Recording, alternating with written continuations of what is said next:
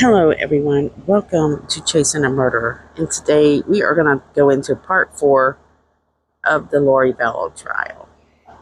Just a heads up, we are going to talk about some very emotional things, so if you don't think you can handle that, you might want to turn the video off. We have been covering this Lori Vallow and Chad Daybell case that hit the Idaho media by storm back in 2019. It was around December of 2019 when a few reporters took the story to new levels. Then it hit the true crime scene, and boy, did you get a totally different level. So some of those reporters were Justin Lum from Fox News, Nate Eaton at East Idaho News, and Adam Herbert. Each had their own thing that they brought to the case, and they continued to cover this case well into 2020 and beyond as the case grew and changed. I took on this case because I was shocked of how far Lori and Alex and their posse continued to evade police, and I knew that media was missing a lot of that truth. There was just the narrative that media was portraying was Lori was a sweet, innocent mom until suddenly she was corrupted and wasn't by one man, Chad Daybell. And boy, guys, this couldn't have been farther from the truth. Most of you know that Lori had a history of attempted murder for those who she disliked. And I wanted to tell this story like it should have been told from the start. Cases like this used to be rare, but it seems that we have more crimes ringing out following the unsuspected people. So people you do not believe could ever commit these type of crimes. So people like Chris Watts, Lori Vallow, and there's more. Trial has begun for Doomsday Mother Lori Vallow, but for her co-conspirator, partner, lover, Chad Daybell, we still have a few more months to wait out his trial. So during this trial, a lot of people are expecting to learn a lot of details that maybe they didn't learn. Maybe people have, but for me, I haven't learned that much other than getting, more specific timestamps and then the full versions of what we already knew. So for those of you following this case closely, nothing new. As you sit, watch, or listen to this trial unravel what investigators learned, it only raises more questions, doesn't it? Questions like, why in the hell didn't Chandler and Gilbert police arrest Lori and Alex earlier? Listening to the evidence when Charles Vallow was killed, what they knew, they had more than enough evidence to do so. The truth is they seem to be slacking and missed multiple opportunities to stop or at least slow down the chances of future murders attached to victims like her own daughter, Tylee, her son JJ, Tammy Daybell, and attacks of others.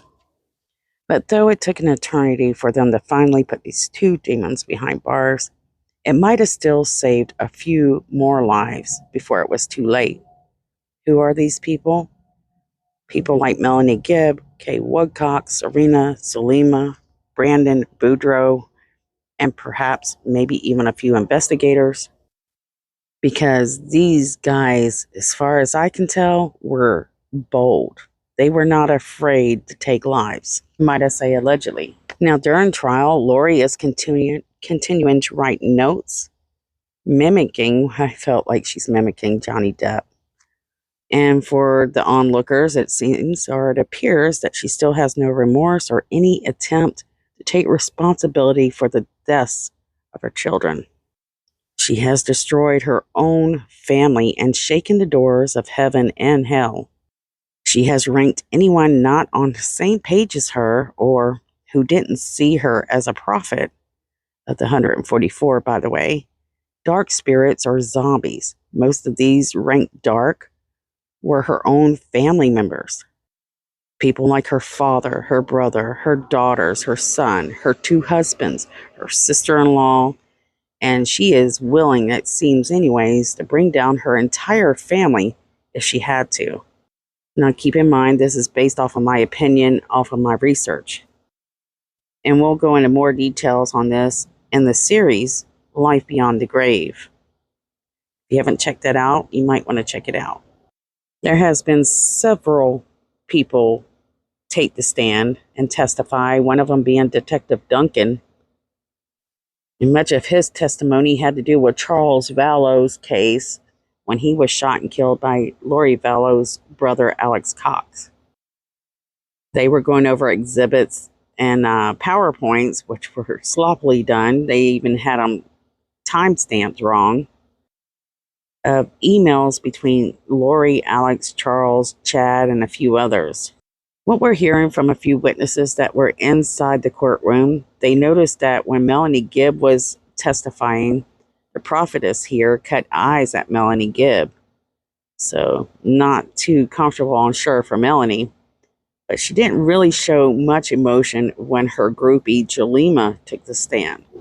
Also, a few jurors are seen taking notes, and we know they have a long trial ahead of them, so they're going to need those notes. Just think, are they going to be able to soak in everything happening in this case? Because you remember how hard it was for us to figure out what was going on.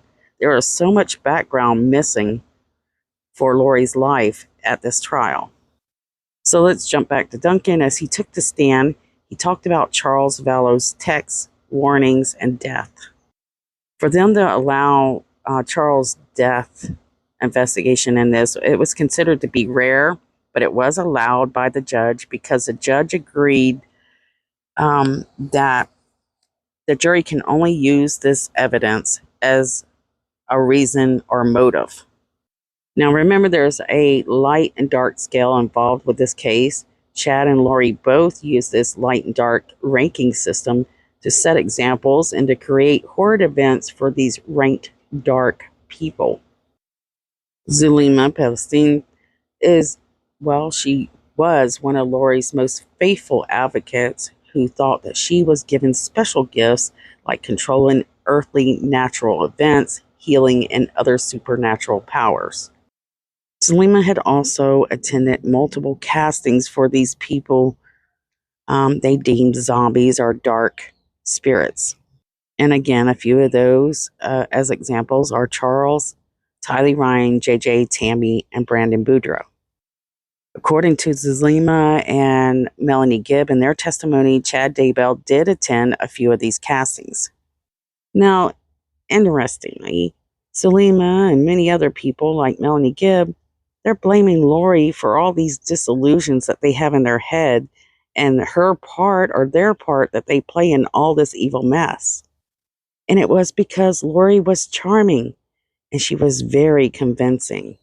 Okay, this is no excuse, is it, guys? I mean, these are adults we're talking about here. Zulema was basically saying, why would someone lie about being a messenger of God? Something Melanie Gibb also said. And so the hypocritical part of this is both of them did claim that they totally didn't believe everything Lori was teaching them, and that Lori was one of the main teachers and advocates of their group. So imagine you're in this group, you're doing all these castings, talking about dark zombies, and you start seeing these deaths adding up at an unbelievable rate, mind you. These witnesses said they didn't really think nothing about it until later when police asked questions. Neither of them contacted police until police knocked on their door. This is a huge problem for me. Zulema says she never questioned Lori because angels and Jesus were speaking to her on a regular basis. She even talked to Moroni, guys.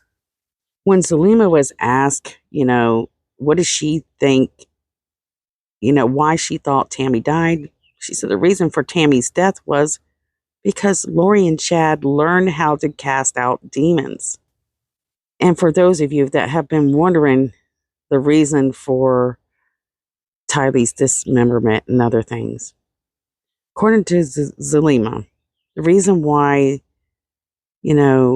these bodies were treated the way that they were was to prevent the corpse from being invaded by another roaming demon or spirit. And Zulema knew an awful lot about this. She says they were burned, tied, verbally used water, or dismember, and even binding the corpse to prevent these dark spirits from getting back into these bodies. So if she's not certain, you know, about these deaths, why is she, how does she know so much about the details of this? Well, I guess we're lucky she's talking, but it's just so disappointing. So disappointing to know that these grown people like this were. It was like a bunch of kids playing Dungeons and Dragons. And heartbreakingly, JJ, while he was bound with duct tape, Tylee, her own daughter, was dismembered, charred, in Chad's backyard while his wife was alive and living on this property. Can you imagine that? I mean, imagine yourself in your house and your own husband doing these dark things. Would you ever think that this could happen to you? Share your thoughts below.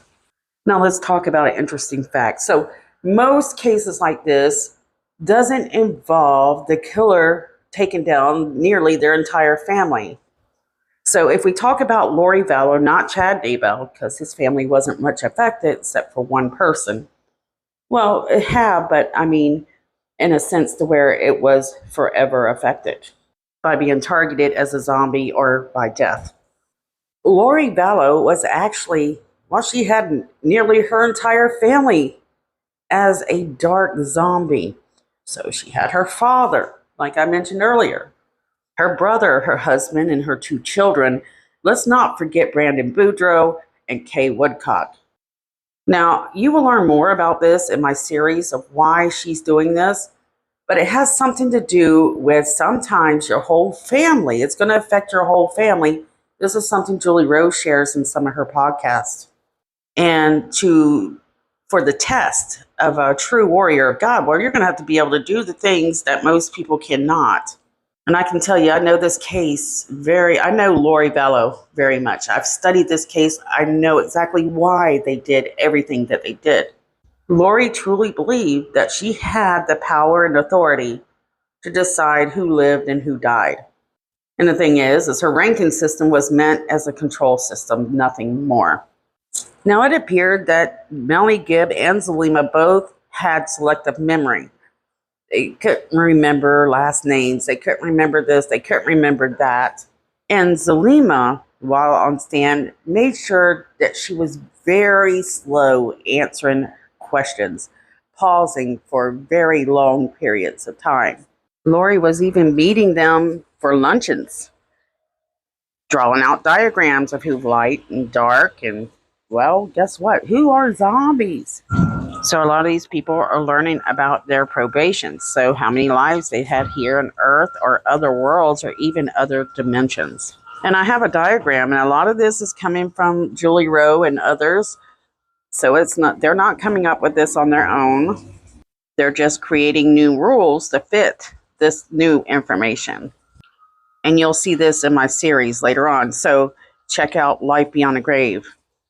Let's listen to the audio. Of how different creations are created and how many worlds there are and how many probations one person can have and how people are either light or dark. And she made a diagram and showed how people progress towards lightness or towards darkness. And did she say how she knew this stuff? How did she know about light and dark? Or did she tell you at that lunch? Notice how they pause when they ask them, where are they getting this information from? It's because she got a lot of this information from Julie Rowe, period. Things like there are 1,000 spirit worlds in one galaxy. This teaching goes far beyond just Earth or Mormon temples. It goes into parallel universes, dimensions, and the infinite universe. And imagine, so you know that this infinite universe, its rules and laws, let's flip it to its twin, where it's acting as a different universe with other worlds. It's endless, and it goes on and on and on. And this is what Lori is believing. This is what she's teaching them is, we could be leaders on this planet, or we could be leaders of other planets, or even our other Earth. But your goal is to become a god of your own planet.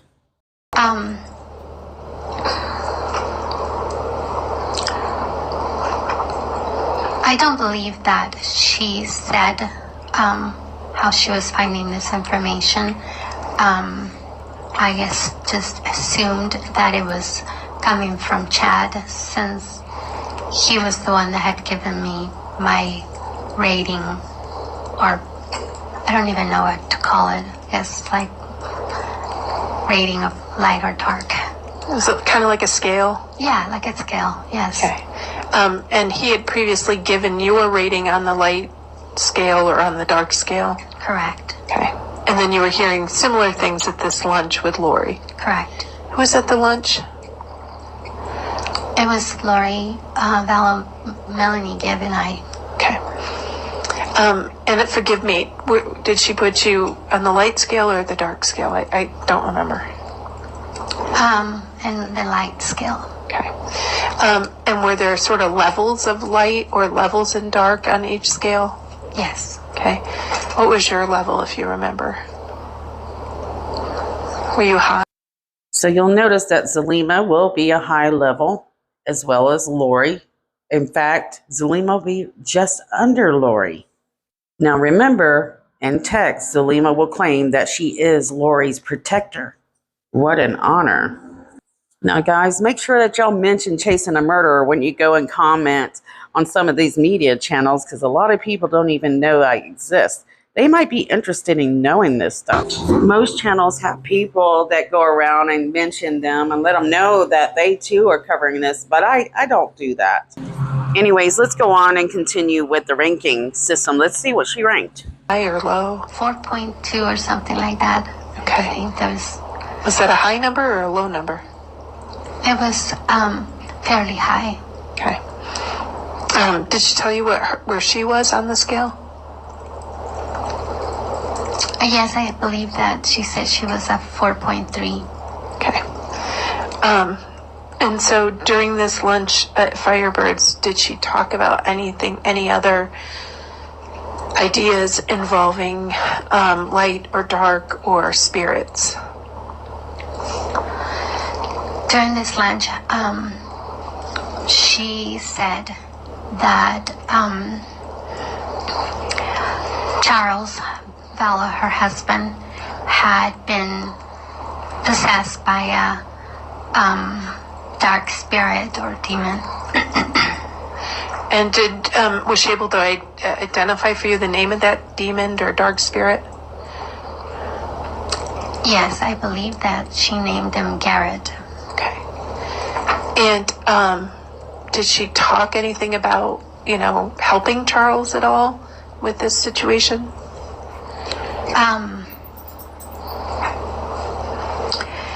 She expressed how different he was.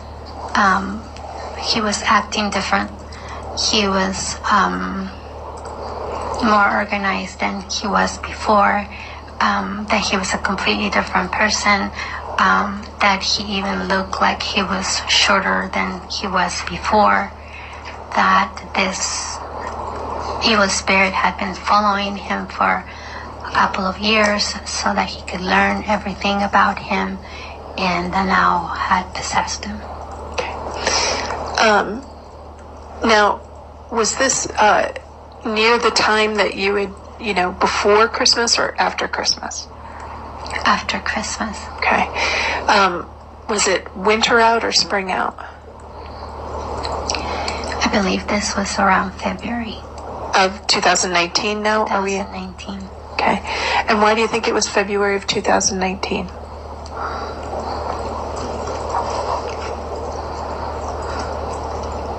If I remember correctly, that's what, there was a receipt from that lunch, and I kept the receipt because that's where Lori had made the diagram, and I had taken it home with me, and if I'm not mistaken, that's what the date on that receipt says. Okay.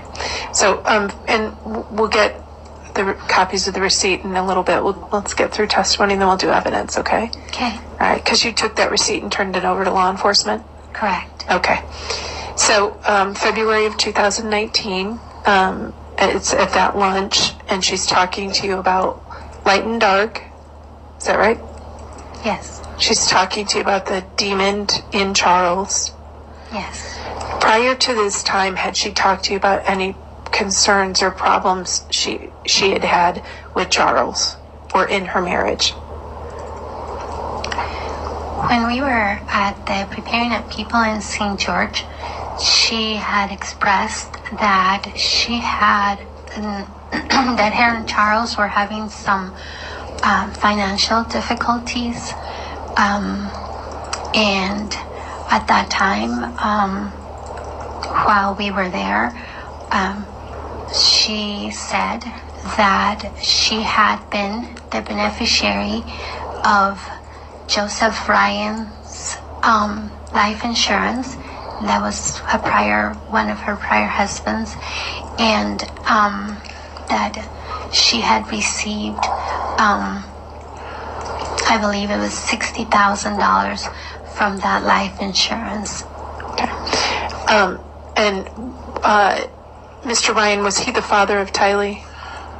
Correct. Okay. Your Honor, I think we're getting into impermissible testimony regarding 404B. I think we talked about that. I'm not going there, Judge. Okay. Yeah, I'm not going I'll there. withdraw the objection. I'm not going there. Did she say what she... Do you need a minute? I see you with a tissue. Sorry. No, that's all right. Do you need a minute, or are you okay? Can I take just a second? Sure. Thank you.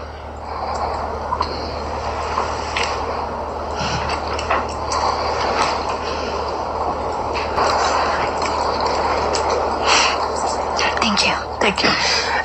So Ms. Vallow was talking about money problems, and that she'd come into some money to help with those problems.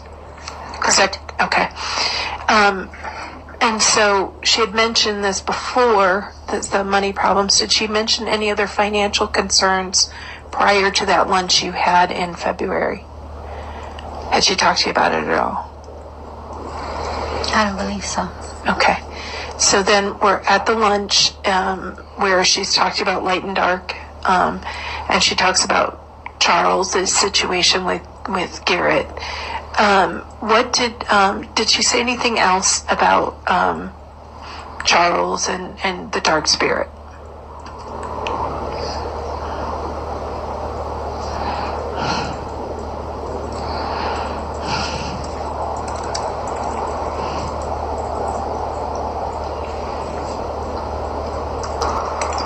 She didn't know at first that he was that he had been changed, or he was a demon, that he had been possessed by a demon, and that she had slept with him twice, not knowing that he was possessed.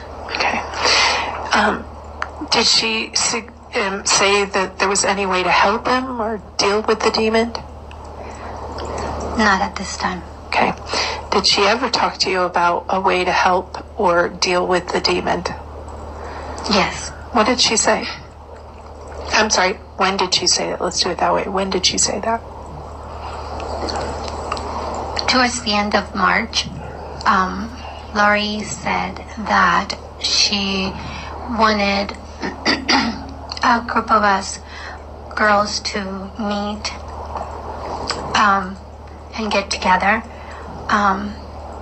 because she had some things to show us and teach us, and we had a meeting at my house. I believe it was late March because it was right before general conference for the church. Okay. And typically, when is general conference for the LDS church? The first weekend of April. Okay. And so the meeting get together at your home was right before general conference in March. Correct. Okay. So who was at your house? It was Nicole, Christina, Serena, Melanie Gibb, and I.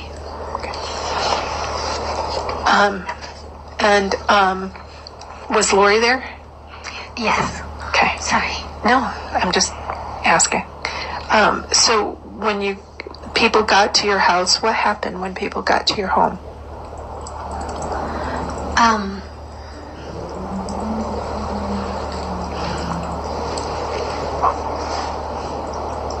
Everyone was staying at my house except for Nicole and Christina, and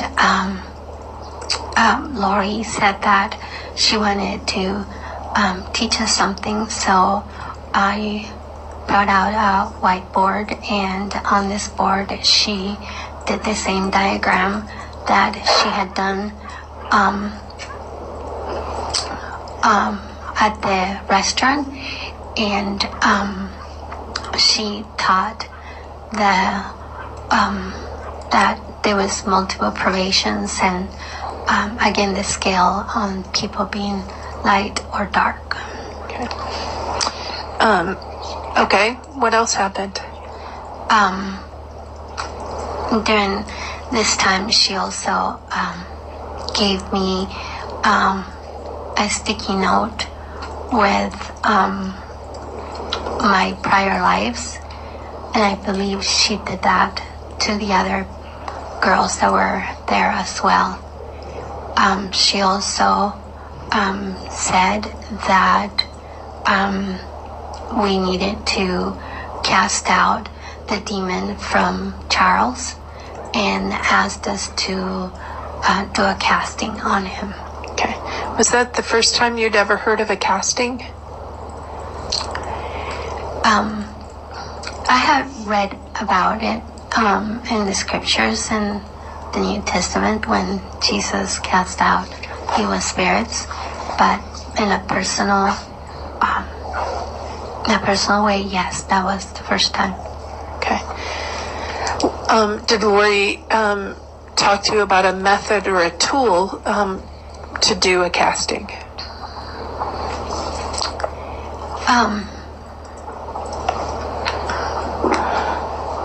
A way to do a casting? She said that we had to be holding hands and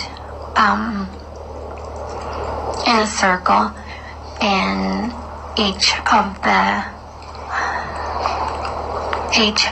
participants would have a different part to say or do in order to complete it. Okay. And so who assigned the roles in the casting? Lori.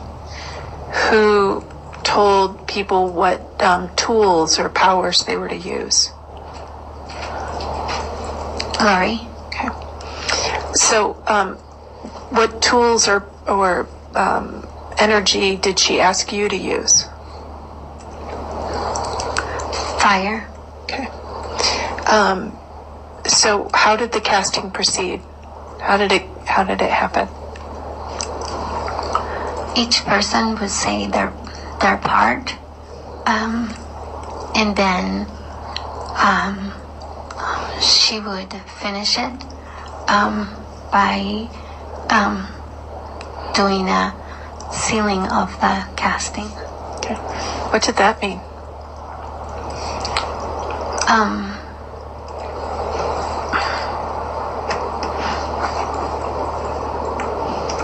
I'm not sure how to explain it, but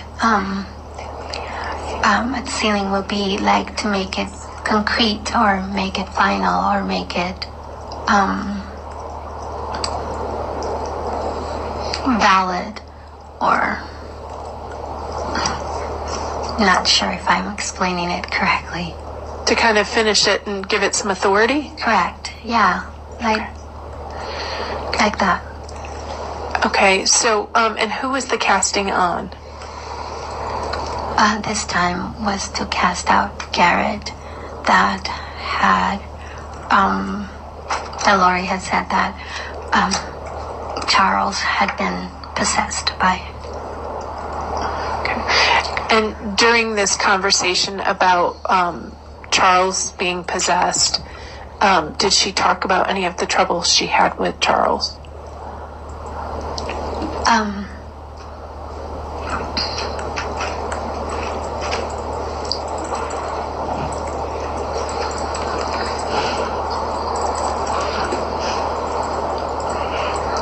I believe that it was, I want to go back to the luncheon that we had with Melanie Given and Lori at Firebirds, because I believe that that's when she explained that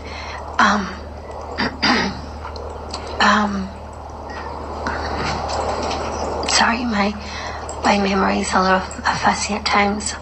It's been so long. She had explained that they had been arguing, and that by March they had separated because for that meeting she was coming from Hawaii, and she had related that she had taken his pickup away from him and his keys away from him and all of his stuff away from him. Did she say why she took all those things away from Charles? Because they were separated, but she took all these things from him. Did she say why? I believe this was during the process of them separating.